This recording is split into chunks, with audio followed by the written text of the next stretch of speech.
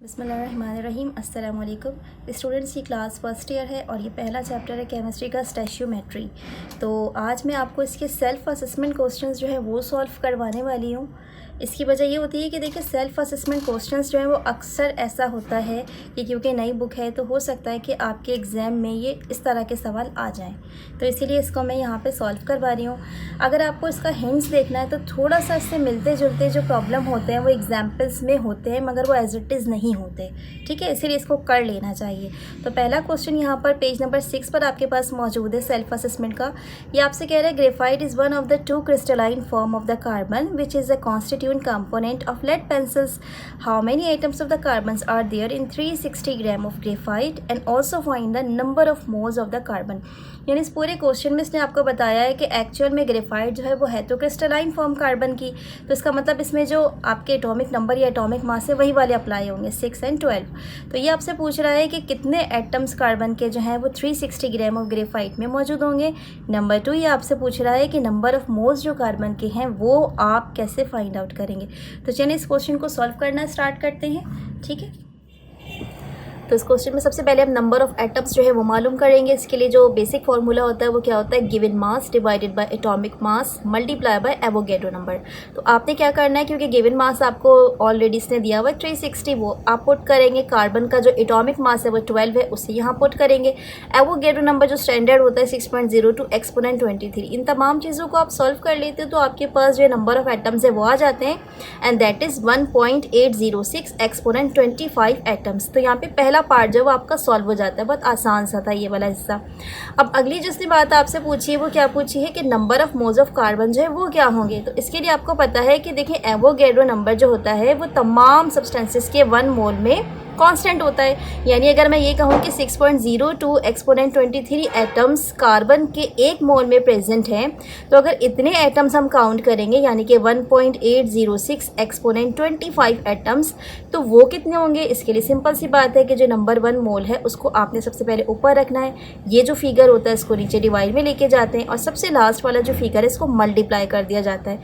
इन तमाम चीज़ों को आप साइंटिफिक कैलकुलेटर से सॉल्व कर लीजिएगा, और उसके बाद ये जो आंसर आएगा ये आपके पास आएगा 30 मोल्स ऑफ कार्बन। तो यानी इस क्वेश्चन के दोनों पार्ट्स आपके सॉल्व हो गए, आपको नंबर ऑफ एटम्स भी पता चल गए और आपको मोल्स ऑफ कार्बन भी मालूम हो गए। अब हम आते हैं अपने सेल्फ असेसमेंट क्वेश्चन नंबर 2 की तरफ, जो कि पेज नंबर 8 पर है।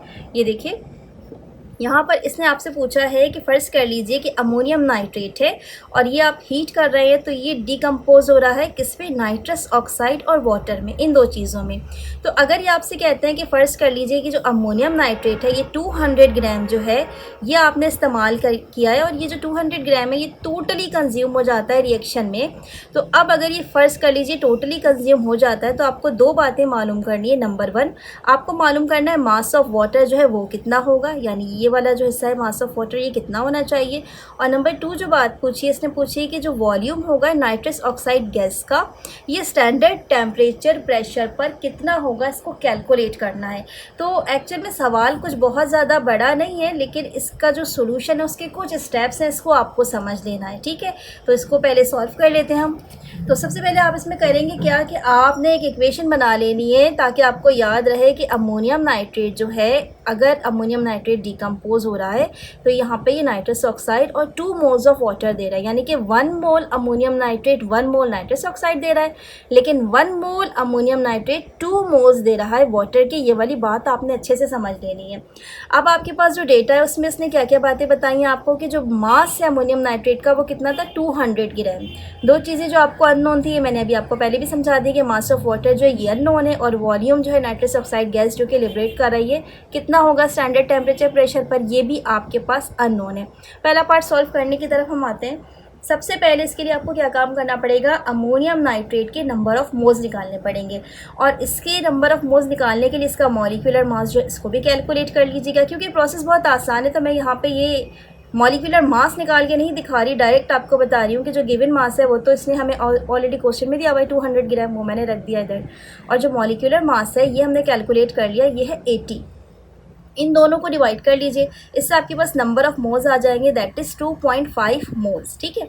अच्छा, अब आपको पता है कि जो 1 मोल है अमोनियम नाइट्रेट का, इससे 2 मोल्स बन रहा है वाटर के। ये देखिए यहाँ आपको दिख रहा होगा, ये 1 मोल है और इससे कितना बन रहा है, 2 मोल्स वाटर। तो सबसे पहले ये रेशियो लिख लीजिए कि 1 mole ammonium nitrate gives 2 moles of water. तो इसका मतलब ये जो आपने इतने 2.5 मोल्स कैलकुलेट किए हैं, इससे कितने वाटर बनेंगे, इसका बहुत आसान तरीका है, 2 को ऊपर रखिए, 1 को नीचे रखिए, जो 2.5 है इसको मल्टीप्लाई कर लीजिए।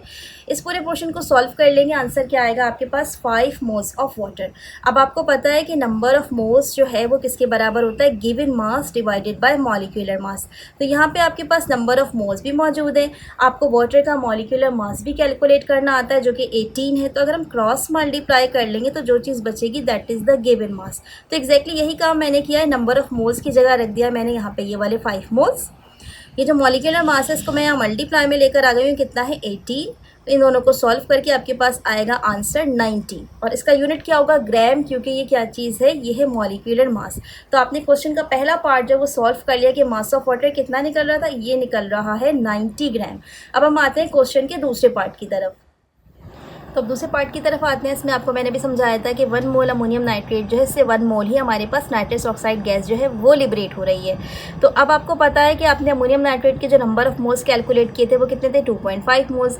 इसका मतलब क्या हुआ कि अगर 1 मोल अमोनियम नाइट्रेट से 1 मोल नाइट्रस ऑक्साइड बन रहा है तो 2.5 मोल्स अमोनियम नाइट्रेट से कितने बनेंगे, यानी 1 डिवाइडेड बाई 1 मल्टीप्लाई बाई 2.5। तो 1 से 1 वैसे ही कैंसिल हो जाएगा, जो फाइनल आंसर आएगा आपके पास वो आएगा 2.5 मोल्स ऑफ नाइट्रस ऑक्साइड। अब इसने क्योंकि आपसे पूछा था ये वॉल्यूम कितना होगा स्टैंडर्ड टेम्परेचर प्रेशर पर, तो आपको पता है कि 1 मोल ऑफ गैस जो होती है स्टैंडर्ड टेम्परेचर प्रेशर पर, इसका जो वॉल्यूम होता है ये फिक्स होता है, दैट इज़ 22.4 डेसीमीटर क्यूब। तो अगर हम इसका यानी कि नाइट्रस ऑक्साइड गैस का वॉल्यूम मालूम करना चाहते हैं स्टैंडर्ड टेम्परेचर प्रेशर पे, तो अभी जो हमने इसके ये नंबर ऑफ मोल्स कैलकुलेट किए हैं, हम सीधा उठाकर इसको यहाँ रखेंगे कि वॉल्यूम अगर हम 2.5 मोल्स के हिसाब से कैलकुलेट करें तो क्या आएगा, सिंपल सी बात है, 22.4 को आप पर रखेंगे, डिवाइड करेंगे 1 से और मल्टीप्लाई कर देंगे इस वाले 2.5 से। इन दोनों को सॉल्व करने के बाद आपके पास जो आंसर आएगा वो आएगा 56। इसका मतलब जो वॉल्यूम होगा नाइट्रस ऑक्साइड गैस का जो स्टैंडर्ड टेम्परेचर प्रेशर पे लिबरेट हो रहा है, that is the 56 decimetre cube. इसकी वजह क्या है इस यूनिट की, क्योंकि हम इसको किस में कैलकुलेट करें, स्टैंडर्ड टेम्परेचर प्रेशर पर, तो इसका वॉल्यूम भी डेसीमीटर क्यूब में ही लिखा जाएगा। इस तरह हमारे पास इस सेल्फ असेसमेंट के दोनों पार्ट्स जो हैं वो भी सॉल्व हो गए। सेल्फ असेसमेंट का क्वेश्चन नंबर 3 देख लेते हैं हम। इसमें आपसे एक इक्वेशन दी गई है और आपको ये कहा गया है कि फ़र्ज़ कर लीजिए एक इक्वेशन है, इसमें मीथेन भी मौजूद है और वाटर है जो कि स्टीम की शक्ल में। तो अगर हम मीथेन को स्टीम के साथ हीट करेंगे तो वो कार्बन मोनोऑक्साइड और 3 हाइड्रोजन गैस की मॉलिक्यूल्स बनाएगी। तो अब आपको ये बताना है कि इस वाले रिएक्शन में अगर आप सपोज़ कीजिए कि जो मीथेन है इसको आप यूज़ करते हैं 28.8 ग्राम और जो स्टीम है इसको आप यूज़ करते हैं 14.4 ग्राम, तो इसके बिहाफ पे आपको कैलकुलेट करके मालूम करना है कि इन दोनों में से लिमिटिंग रिएक्टेंट कौन सा होगा। दूसरी बात आपको ये बतानी है कि जो हाइड्रोजन गैस यहाँ पर प्रोड्यूस हो रही है इसका मास क्या होगा। मैं थोड़ा सा आपको बताती चलूँ कि लिमिटिंग रिएक्टेंट वो रिएक्टेंट होता है जो किसी भी इक्वेशन में सबसे पहले ख़त्म हो जाता है, यानी उसकी जो क्वांटिटी होती है वो लिमिटेड होती है, एक्स्ट्रा कुछ बचता नहीं। तो अभी हमें इन दोनों को पहले कैलकुलेट करना पड़ेगा और उसके बाद हम ये चेक करेंगे कि इनमें से किसके जो नंबर ऑफ मोल्स हैं वो जब हाइड्रोजन गैस के साथ रिएक्शन करेंगे तो सबसे जल्दी ख़त्म हो जाएंगे। ठीक है, तो अब हम इसको सॉल्व करना स्टार्ट करते हैं। इसके लिए देखिए आप सबसे पहले क्या करेंगे, इसके कुछ स्टेप्स हैं। सबसे फर्स्ट स्टेप में आप क्या करेंगे, जो आपके पास दोनों रिएक्टेंट है ना मीथेन और वाटर, इसके आप मालूम कर लीजिए नंबर ऑफ मोल्स। इसके लिए सिंपल सा फॉर्मूला होता है given mass divided by molecular mass. तो इसने आपको मीथेन का मास दिया हुआ है 28.8 ग्राम और आपको मालूम है कि इसका जो मॉलिक्यूलर मास होता है वो 16। इन दोनों फिगर्स को डिवाइड कर दीजिए, आपके पास आ जाएंगे नंबर ऑफ मोल्स मीथेन के विच इज़ 1.8 मोल्स। ठीक है, इसी तरीके से आप वाटर के साथ भी करेंगे given mass divided by molecular mass. अब आपने क्या करना है, वाटर का जो मास है 14.4 उसको ऊपर रखना है और मॉलिक्यूलर मास वाटर का आपको पता होता है 18 है, इसके साथ इसको डिवाइड कर दीजिए, आंसर आ जाएगा आपके पास 0.8 moles of water. Second step में सबसे पहले क्योंकि आपको नंबर ऑफ मोल्स को एक दूसरे से कंपेयर करना पड़ेगा कि मीथेन से कितने बन रहे हैं, वाटर से कितने बन रहे हैं, तो बेहतर है आप इस इक्वेशन को एक मरतबा कॉपी कर लीजिए। अब गौर से देखिए, जब आप मोल कंपैरिजन करना चाह रहे हैं मीथेन एंड हाइड्रोजन गैस का, यानी आप पहले ये कैलकुलेट कर रहे हो कि मीथेन से हाइड्रोजन गैस कितनी बनेगी, क्योंकि क्वेश्चन में इसने हमसे हाइड्रोजन गैस जो है उसी का मास मालूम किया, तो हम इसीलिए इसको यहाँ कैलकुलेट कर रहे हैं। तो जब हम मोल कंपैरिजन करेंगे मीथेन एंड हाइड्रोजन गैस का, तो हमें पता है कि 1 मोल ऑफ मीथेन जो है वो 3 मोल्स ऑफ हाइड्रोजन दे रही है। कैसे पता चलेगा, देखिए यहाँ पे 1 मोल्स है और यहाँ पे हाइड्रोजन के कितने 3 मोल्स हैं, इसीलिए रेशो क्या है 1:3। तो इसका मतलब अगर 1 mole methane 3 moles of hydrogen produce करती है, तो अभी जो आपने इस मीथेन के मोल्स निकाले थे 1.8 मोल्स, वो कितने हाइड्रोजन के मोल्स प्रोड्यूस करेगी। बहुत सिंपल, 3 डिवाइड करेंगे इसको 1 से, मल्टीप्लाई कर देंगे 1.8 से, तो ये कैलकुलेट करने के बाद आंसर आएगा 5.4 और ये नंबर ऑफ मोल्स किसके होंगे, इस वाले हाइड्रोजन गैस के होंगे। ठीक है, अब बिल्कुल इसी तरीके से हमने क्या करना है, दूसरा मोल कंपैरिजन करना है, जिसमें हमें मालूम करना है कि अगर हम स्टीम यानी वाटर यूज़ कर रहे हैं तो इससे कितना हाइड्रोजन गैस जो है उसके नंबर ऑफ मोल्स फॉर्म होंगे। सेकेंड स्टेप में आप क्या करने वाले हो, मोल कंपैरिजन करोगे स्टीम का और हाइड्रोजन गैस का। इसका भी वही रूल है, आपको पता है कि 1 मोल ऑफ वाटर जो है उससे 1 mole of hydrogen gas produce नहीं हो रही, बल्कि 3 moles of hydrogen gas produce हो रही। तो जो रेशियो होगा वो क्या होगा, 1:3 होगा। तो इसका मतलब अगर 1 मोल ऑफ वाटर जो है इससे 3 मोल्स हाइड्रोजन गैस प्रोड्यूस हो रही है, तो अभी जो हमने कैलकुलेट किए थे 0.8 मोल्स वाटर के, इससे कितने होंगे 3 divided by 1 multiply by 0.8। Calculate करने के बाद आपके पास आंसर आएगा 2.4 मोल्स ऑफ हाइड्रोजन। अब आपने दोनों के जो नंबर ऑफ मोल्स हाइड्रोजन से निकलने हैं उसको कैलकुलेट करना है, यानी जो मीथेन से निकल रहे हैं उसको भी कैलकुलेट करना है, वाटर जो है उससे भी कैलकुलेट करना है।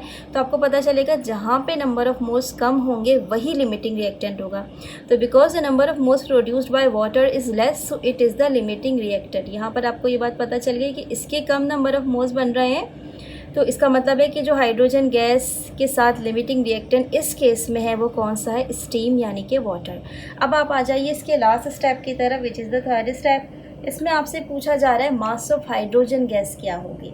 तो इसके लिए भी आप वही फार्मूला लगाएंगे जो आप पहले भी क्वेश्चन नंबर 2 में लगा चुके हैं कि number of moles multiply by molecular mass of hydrogen. इससे क्या चीज़ पता चल जाएगी, given mass of hydrogen gas. तो ये कैसे मालूम होगा आपके पास, नंबर ऑफ मोल्स अभी आपने कैलकुलेट किए 2.4, ये आप रख लीजिए। आपको पता है कि हाइड्रोजन गैस का मॉलिक्यूलर मास क्या होगा, 2 होगा। दोनों को मल्टीप्लाई करें, आंसर क्या आ जाएगा आपके पास 4.8 ग्राम। इसका मतलब जो मास प्रोड्यूस हो रहा है हाइड्रोजन गैस का वो कितना होगा, 4.8 ग्राम।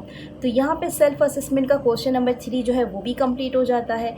अब हम सेल्फ असेसमेंट का क्वेश्चन नंबर 4 जो है इसको देखते हैं। सबसे पहले क्वेश्चन नंबर 4 में आपसे पूछा जा रहा है कि एक इक्वेशन है मैग्नीशियम और ऑक्सीजन, और इसके साथ जो चीज़ बन रही है ये कहलाएगी आपकी मैग्नीशियम ऑक्साइड। ठीक है, तो अभी होता क्या है कि आपसे कहा जा रहा है कि फ़र्ज़ कर लीजिए कि 4 ग्राम्स मैग्नीशियम है, ये रिएक्ट कर रहा है एक्सेस ऑफ ऑक्सीजन के साथ और प्रोड्यूस कर रहा है 4.24 ग्राम ऑफ मैग्नीशियम ऑक्साइड। अब आपको कैलकुलेट करना है कि इसकी जो परसेंटेज यील्ड है वो कितनी होगी। ठीक है, तो इसके लिए आपको सॉल्व करना स्टार्ट करना पड़ेगा। जो इसमें इंफॉर्मेशन आपके पास है वो क्या क्या हो सकती है, इसका एटॉमिक मास आपको पता है, इसका मॉलिक्यूलर मास आप निकाल लेंगे, आपके पास इसकी जो प्रैक्टिकल यील्ड है ये मौजूद है 4.24 ग्राम, और आपको 4 ग्राम पता है मैग्नीशियम का। ठीक है, बस यही इसका डेटा है। इसके बाद अब आपको क्या करना है, इसको फ़ौरन से कैलकुलेट करना स्टार्ट करना है।